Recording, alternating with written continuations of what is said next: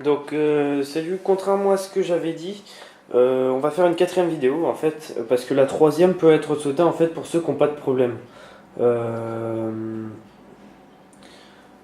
ouais, la troisième peut être sautée pour ceux qui n'ont pas de problème, donc je préfère faire quand même une toute dernière vidéo pour vous montrer. Donc là c'est la configuration du grub, de la partie en fait swap sous Linux et voilà, pour enfin avoir le double boot. En fait, dans la troisième vidéo, ce qu'on a fait, on a donc installé Windows. Enfin, on a fini l'installation de Windows, c'est-à-dire qu'on a installé Internet sur Windows et on a partitionné le disque pour gérer le fait que lorsqu'on avait on avait transformé notre disque qui était en format GPT en MBR, il avait créé deux partitions primaires qui nous empêchaient de créer une quatrième partition de partage entre Ubuntu et Windows. Du coup, on a essayé de gérer ce problème et on va finir là, tout va se finir en fait sous Ubuntu. À la fin de la vidéo, je vous dis donc de régénérer votre clé bootable Ubuntu, comme ce qui est indiqué dans la première vidéo.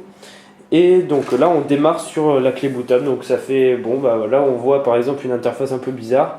Ce qui est important ici, c'est Try Ubuntu without installing. En fait, on n'a pas accès au grub. Windows l'a supprimé et c'est ça qu'on va remettre. Donc là, on est obligé de tester Ubuntu sans l'installer. Donc en fait, on ne peut pas utiliser en fait la première chose qu'on avait. Alors attendez, parce que là, il y a une petite erreur. Je pense avoir trop tardé.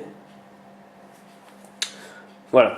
On peut pas faire en fait, on peut pas utiliser le Ubuntu qu'on a installé dans dans la première vidéo. En fait, on va devoir utiliser un Ubuntu temporaire sur lequel on va mettre Internet. On va télécharger un logiciel qui s'appelle Boot Repair.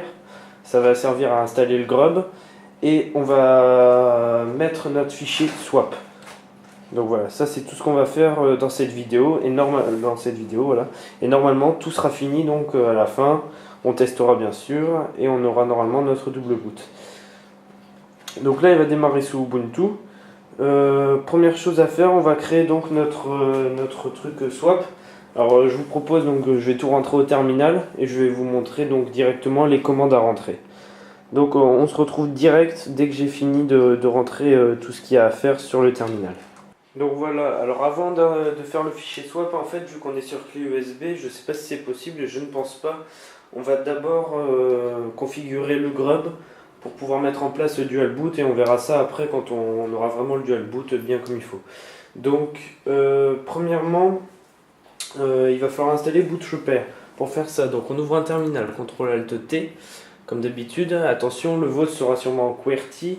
Vous regardez la vidéo 1, c'est marqué comment le configurer en français, donc AZERTY up. Et vous tapez sudo add-repository ppa yan ubuntu /boot-repair. Donc connectez bien votre ordinateur en Wi-Fi, c'est parce qu'il va se connecter au service. Donc s'il n'est pas connecté en Wi-Fi, vous allez avoir du mal. Ensuite, vous faites un sudo apt-get update pour mettre à jour les paquets.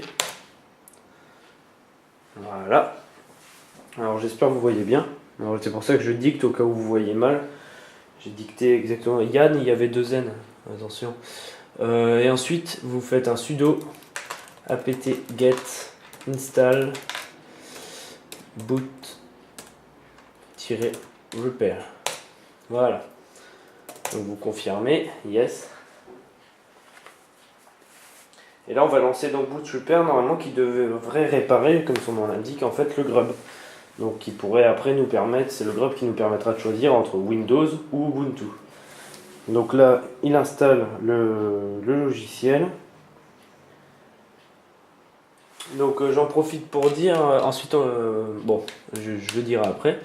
Donc vous fermez le terminal, vous cherchez boot Voilà, il est là. Oui, j'en profite pour dire que si vous avez des questions, quoi que ce soit, vous mettez des commentaires, vous n'hésitez pas. Je vous donnerai mon Twitter.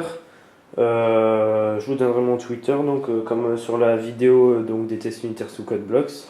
Et voilà. Vous n'hésitez pas à poser des questions, je répondrai de toute façon. Vous n'avez pas de souci à vous faire à ce niveau-là. Donc là, il est en train de lancer Bootstrapper.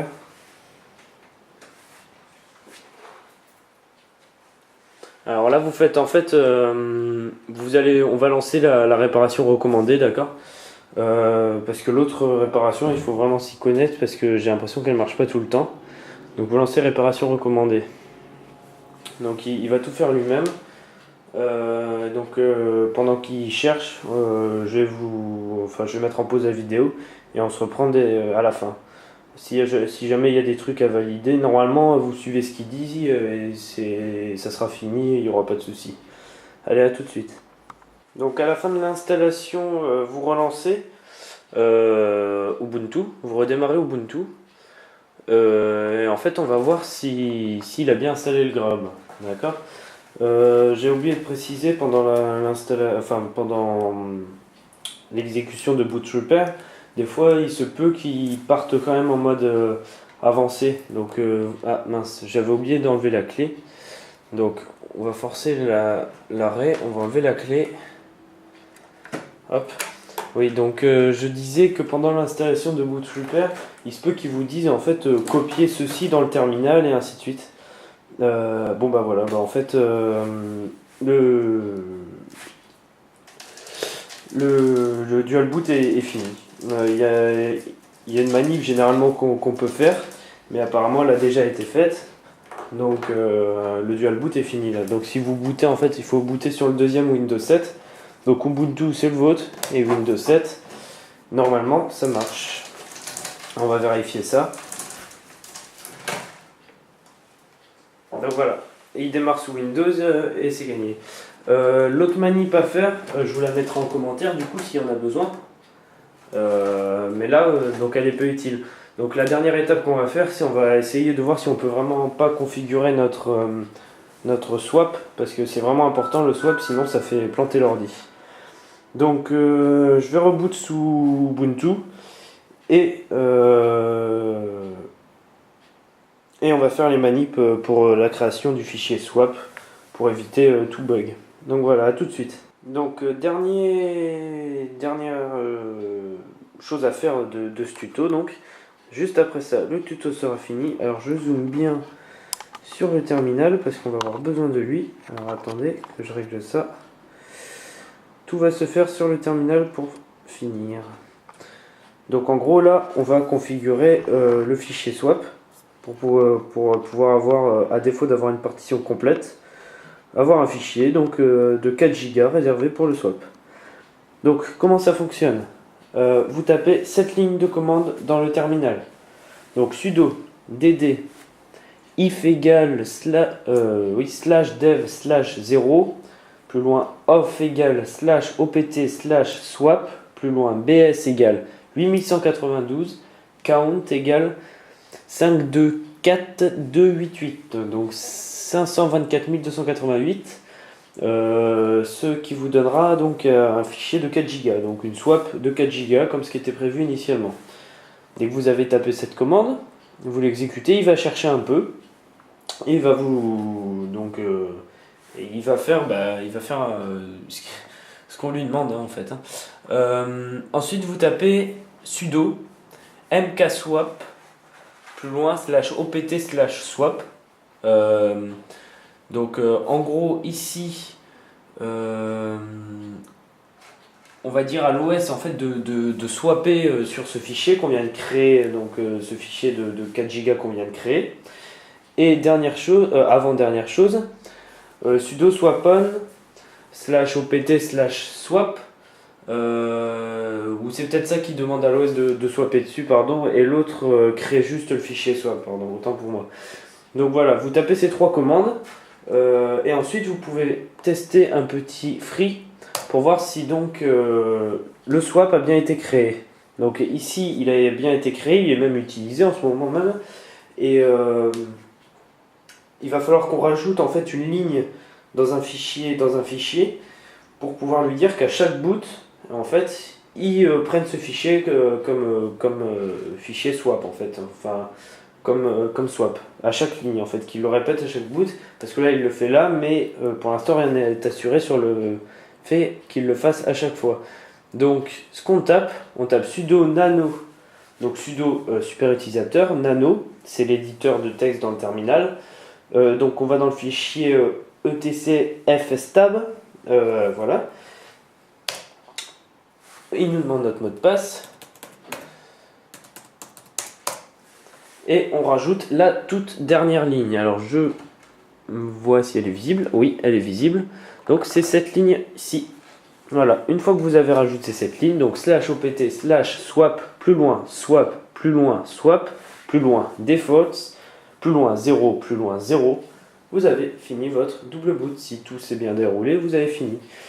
Je vous montre mon Twitter. Donc si vous voulez me contacter sur Twitter, c'est possible. Donc Française Damien @segmentation pro, donc ici sur la chaîne YouTube vous pouvez laisser des commentaires, ainsi de suite, je vous répondrai volontiers, et si vous avez des questions n'hésitez pas, messages privés et autres. Donc merci d'avoir regardé donc cette quatrième vidéo, je crois. Je montrerai tout ça, donc elle sortira sûrement pendant les vacances, la vidéo. Et merci donc à Romain qui m'a prêté son ordinateur pour que je puisse réaliser ce tuto, même si là, si vous avez regardé tout le tuto, ça m'étonnerait que vous ayez d'autres bugs que ceux qu'on a rencontrés durant ce tuto. En fait, je crois qu'on les a tous rencontrés. Moi, quand je l'ai fait sur mes ordi, j'ai eu des bugs, mais pas autant que là. Donc voilà, les deux marches, n'oubliez pas si vous utilisez votre Windows d'installer tous vos drivers, etc. Et de vérifier surtout à chaque fois que vous installez quelque chose qui n'installe pas des logiciels à côté, c'est le plus important pour pas choper de virus. Donc voilà, à plus tard et merci à vous, ciao.